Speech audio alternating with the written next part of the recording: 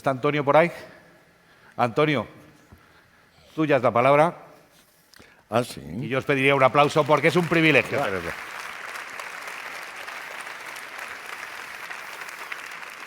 Muchas gracias. Hola. Es mía la palabra. Pero, ¿en qué sitio me pongo? Porque esto al ser redondo... Como Aristóteles, peripatético. Peripatético. Ah, no pienso pasear ni de coña, que estoy jodido de la cadera. Pues aquí, donde tú quieras. Ahí. Ahí estás. Y además has venido a hablar de tu libro también. No. Bueno. Simplemente es una chuleta, porque si no se me olvidan cosas, se me olvidan datos. Pues tuya es la palabra y yo te haré una señal si veo que el tiempo se prolonga. Pero espera, ¿de qué tengo que hablar y cuánto tiempo? A ver, el director del curso. 10 minutos te vamos a dar. 20 minutos. 15. 15. Venga, si quieres me siento a tu lado. Pues, venga. Vale. Luego las preguntas irán después. Pero esto es todo tuyo, ¿eh? Es todo mío. Sí. Yo me parece que dije que quizás se podía empezar con el tema quizás más políticamente incorrecto, imaginable hoy en día, que es colonialismo. Pues vamos con ese toro.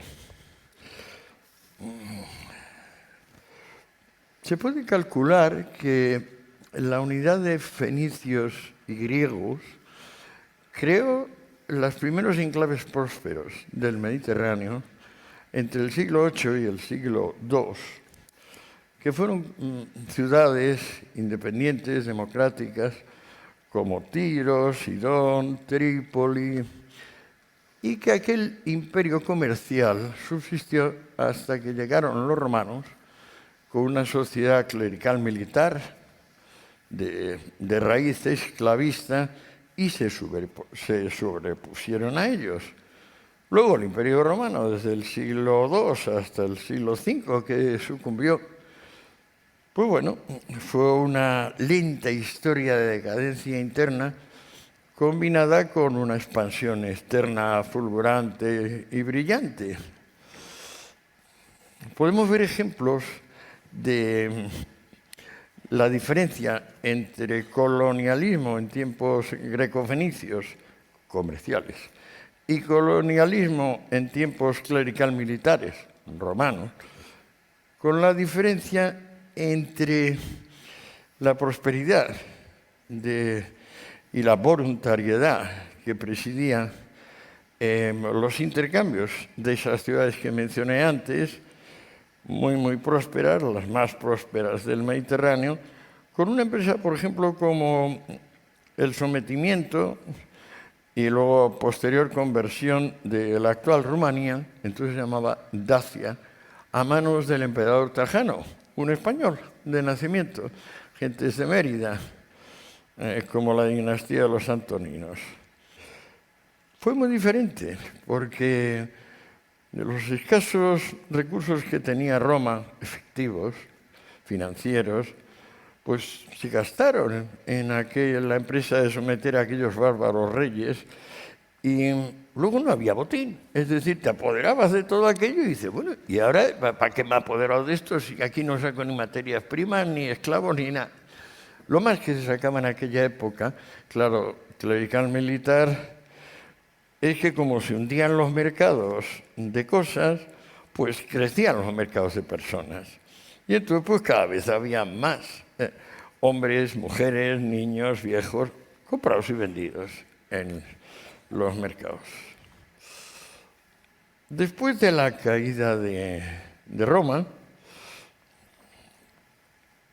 Europa, que había sido en cierta medida la parte de Europa dominada, controlada y gestionada por los romanos, que había sido una potencia expansiva, se convirtió en un territorio depauperado, castigado por la lepra, la incomunicación y sobre todo invasiones de pueblos limítrofes, desde los mongoles a los magiares, bizantinos y sobre todo árabes, que saqueaban sistemáticamente nuestro continente.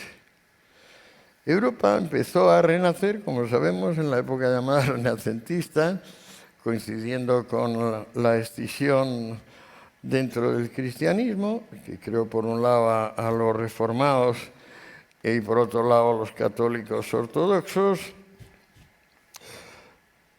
y empezó a cambiar las tornas. Es decir, en vez de ser un continente saqueado e invadido, empezó a ser un continente saqueador e invasor. Lo que pasa es que la primera gran potencia en este sentido, que fue la península ibérica a través de la navegación de larga distancia, Portugal y España, no lo hacían así abiertamente como vengo aquí y te expolio. No, no. Iban ahí a llevar la verdad con mayúscula, y con la verdad con mayúscula pues, estaba el derecho de cobrar protección, el tipo de peaje que hizo millonario a Capone y ahora mantiene en la opulencia a los carteles mexicanos, por ejemplo. O sea, esa combinación de, por un lado, limpio tu espíritu y por el otro lado, poco que tengas me lo llevo. Tampoco se puede negar que España, en la empresa colonizadora de América, demostró una benevolencia, una compasión inusual. Vamos, en realidad creo que no hay un ejemplo en la historia universal parecido de benevolencia al que se expresan las leyes de Indias, en la actitud de Isabel la Católica y en la formidable colección de hombres ilustres y sabios que configuran la Escuela de Salamanca. La Escuela de Salamanca es la primera reinterpretación del mundo comercial que emerge tras la crisis de la sociedad clerical militar impuesta durante más de 1000 años por primero el Imperio romano y luego las tribus germánicas que se quedan con sus posesiones. Es admirable cómo gentes de tipo del padre Mariana, Molina, Suárez, Báñez, Vitoria, Las Casas, piensan en una sociedad pacífica donde las personas compran y venden cosas y se prohíben comprar y vender personas, que es lo que venía sucediendo durante más de 1000 años. Luego, después de la industrialización, cuando se han puesto en práctica unos modelos alternativos de la colonización hispano-portuguesa, que es los franceses y sobre todo los holandeses y los ingleses, pues también se crea el tipo de colonia donde lo básico es el intercambio mercantil y las metrópolis, las potencias coloniales, no vienen a venderle a la gente la verdad, con mayúscula, sino que vienen a instalarles novedades y a traerse materias primas, que es lo que suelen tener los países colonizados por ingleses, holandeses fundamentalmente, y en cierta medida por los franceses también en el sudeste asiático y parte de África. Cuando ya tras la industrialización se polarizó el mundo en una nueva variante que es la de los últimos y los primeros, los explotados y los explotadores, los buenos y los malos, pues entonces el colonialismo empezó a aparecer como el prototipo, la quinta esencia de lo que empezaba a odiarse, que se llamó capitalismo. La palabra capitalismo es bastante más reciente de lo que ustedes imaginan. En realidad, nombra la sociedad que surge de tecnificar y sistematizar la innovación, frente a la anterior, que lo que hace es tecnificar y sistematizar la coerción, la presión sobre los demás, el terror, la censura, la ortodoxia. Bueno, entonces, a partir de entonces, colonial es otra forma como de infernal, de corrupto, satánico, miserable, ladrón, asesino. Y en esas andamos todavía en parte. Sobre todo porque después de plantearse ya claramente el conflicto entre capitalistas y comunistas, termina la Segunda Guerra Mundial y nos encontramos con tres mundos.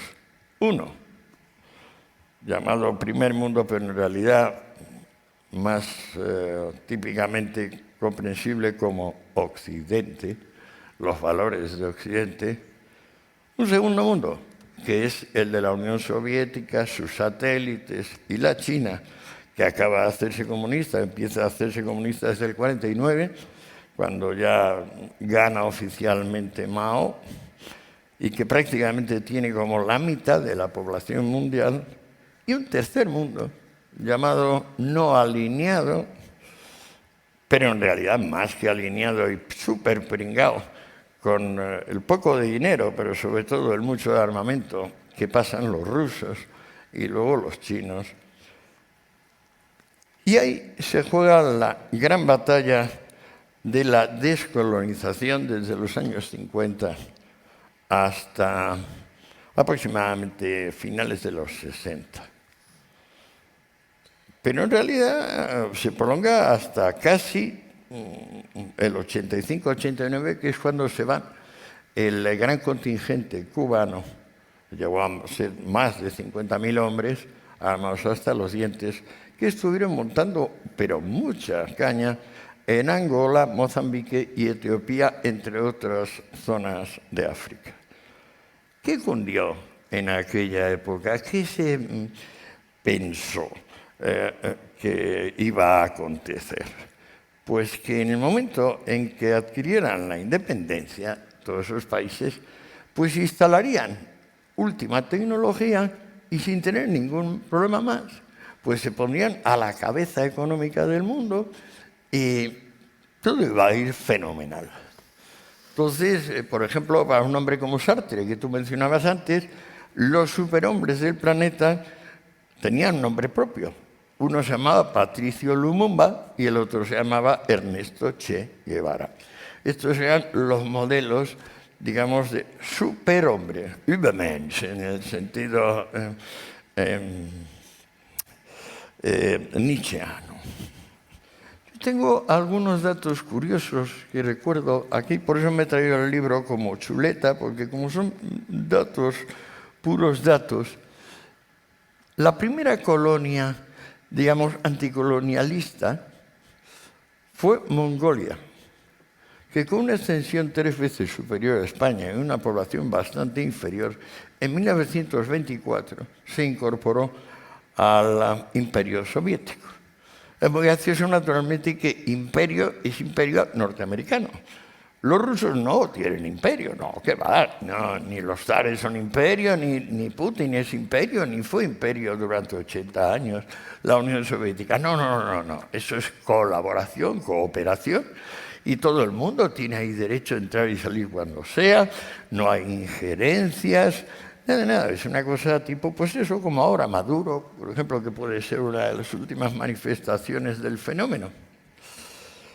Entonces Mongolia se incorporó en el 24 a este esquema y en 10 años perdió 2/3 de la cabaña y 1/3 de la población. Eso en términos genéricos. Vamos a ver aquí. En Yalta, Stalin prometió que el principio de autodeterminación y el principio de no injerencia lo cumpliría estrictamente la URSS. Y es lo que, por ejemplo, reclama actualmente Maduro, que nadie ingiera y que se deje la autodeterminación de las soberanías nacionales. Bien, no necesito recordarles lo que pasó con toda la Europa soviética, que en vez de poder acceder al Plan Marshall, que enriqueció brutalmente a Europa Occidental, empobreció brutalmente a Europa Oriental con ese engendro llamado Comecon. ¿Qué es lo que finalmente olvidó desde Marx a Maduro?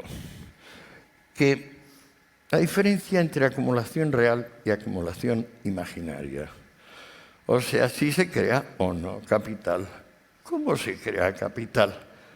Pues mire ustedes, así, resumiendo a lo bestia, significa que entre el proceso de creación de un bien y el proceso de consumo de ese mismo bien, se van produciendo en las cientos ilimitados o millares de mediaciones que separan la producción y el consumo, se van produciendo superávits, pero no superávits abstractos, sino superávits reinvertidos en el propio proceso del que hablamos.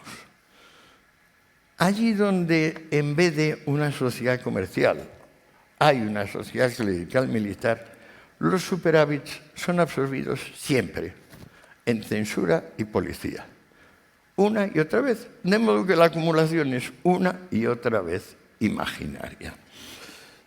¿Qué es lo que nos dijeron del colonialismo Sartre y su discípulo Fanon?